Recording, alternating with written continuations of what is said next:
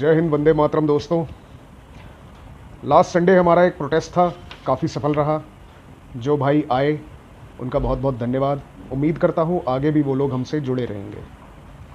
आज आपको एक इम्पॉर्टेंट बात बताना मैं चाहता था। कुछ समय पहले मेरे दिमाग में एक बात आई कि महिला थाने की वर्किंग क्या है। आखिर ये महिला थाना है क्या? हमारी माताएं, बहनें, मामी, चाची, ये सब भी महिलाएं हैं। क्या ये महिला थाना इनके लिए भी काम करता है? तो मेरे दिमाग में एक बात आई कि एक आरटीआई लगाई जाए।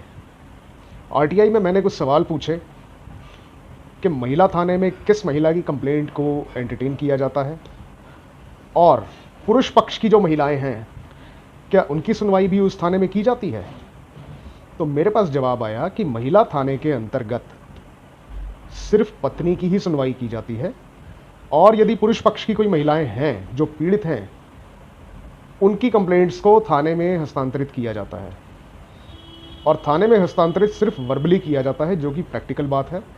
उनकी कंप्लेंट वहां रिसीव नहीं की जाती। उस आरटीआई के अंदर एक जवाब में लिखा था, एक पॉइंट में, कि ये काम स्थायी आदेश संख्या 281 के तहत किया जा रहा है। तो मैंने एक और आरटीआई लगाई कि मुझे स्थायी आदेश संख्या 281 की एक कॉपी आप प्रोवाइड करवाइए। 1 महीने के बाद मुझे कॉपी मिल गई। खैर, कोई बात नहीं। उसको 28 पेज की कॉपी को मैंने 2 या 3 बार अच्छे से पढ़ा। जो लोग पीड़ित हैं वो बहुत अच्छे से जानते होंगे महिला थाने में किस तरह से काम होता है। मैं आपको एक एग्जांपल बता देता हूँ। एक महिला थाने में मैं खड़ा था। मेरे बराबर वाले डेस्क पे एक लेडी आती है और वो बताती है आईओ साहब को, जो वहाँ बैठे होते हैं, कि मेरे पति मुझे मारते हैं, मुझे खाने को नहीं देते, या जो आप जानते हैं ऐसा होता है। दरअसल वो अपनी सच्चाई बयान कर रही थी, मगर थानेदार साहब ने क्या बोला कि यहाँ पर सिर्फ दहेज की कंप्लेंट ली जाती है।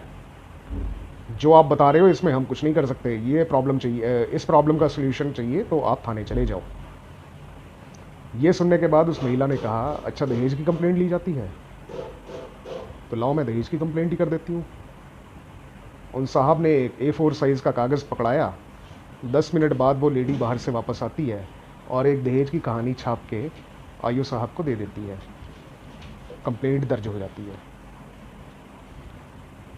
तो मैं आपको बता रहा था स्थायी आदेश संख्या 281। मैं आपको दिखाने की कोशिश करूंगा इस वीडियो के माध्यम से। देखिएगा अगर आप समझ पाएँ तो। ये है स्थायी आदेश संख्या, यानी स्टैंडिंग ऑर्डर नंबर 281। ये मैं आपको दिखा देता हूं।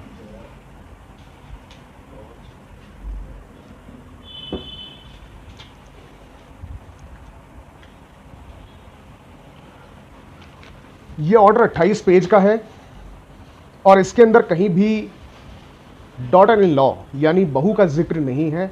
हर जगह यहां पर वुमेन शब्द का इस्तेमाल किया गया है। और मैं सरकार से ये जानना चाहूँगा कि वुमेन की परिभाषा क्या है। जो पति की माँ है, बहन है, बेटी है, क्या वो वुमेन नहीं है? क्या वो 4th जेंडर है? और अगर वो भी वुमेन है तो महिला थाना उनकी कंप्लेंट को एंटरटेन क्यों नहीं करता? क्यों उन पर कार्यवाही नहीं की जाती? एक और बात, इसके अंदर कुछ सेक्शंस दिए गए हैं जिनके अंतर्गत कार्यवाही की जाती है। उस सेक्शंस हैं 406, 498A domestic violence act 2005। 498A को हम अलग कर देते हैं, वो सिर्फ बहू के लिए है। 406 सास अपनी बहू पर लगा सकती है। और रही बात डोमेस्टिक वायलेंस की, तो डोमेस्टिक वायलेंस एक्ट एक ऐसा एक्ट है जो कोई भी महिला अपने घर में रहने वाले लोगों पर लगा सकती है। बेटी अपने पिता पर लगा सकती है, बहन अपने भाई पर लगा सकती है, माँ अपने बेटे पर लगा सकती है।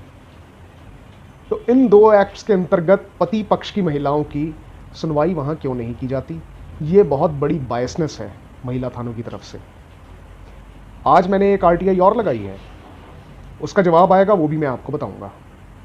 और इसके ऊपर हम आगे तक काम करेंगे, इस चीज़ को हम आगे तक लेकर जाएंगे। और हमारी कोशिश है कि पुरुष पक्ष की जो महिलाएं हैं उनकी सुनवाई भी हम लोग महिला थानों में, यानी CAW सेल जिसको कहा जाता है, वहाँ पर करवाई जा सके।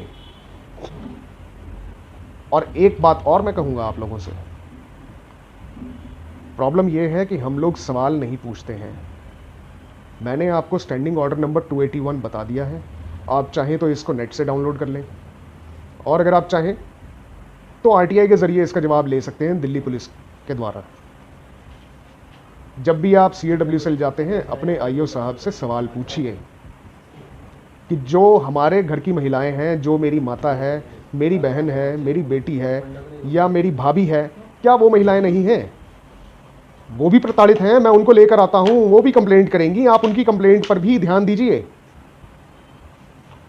और जवाब आपको पहले से मालूम है, इनकार करेंगे, लेकिन सवाल पूछना हमारा फर्ज है। ये चीज़ें इसीलिए हो रही हैं कि हम सवाल पूछते नहीं हैं।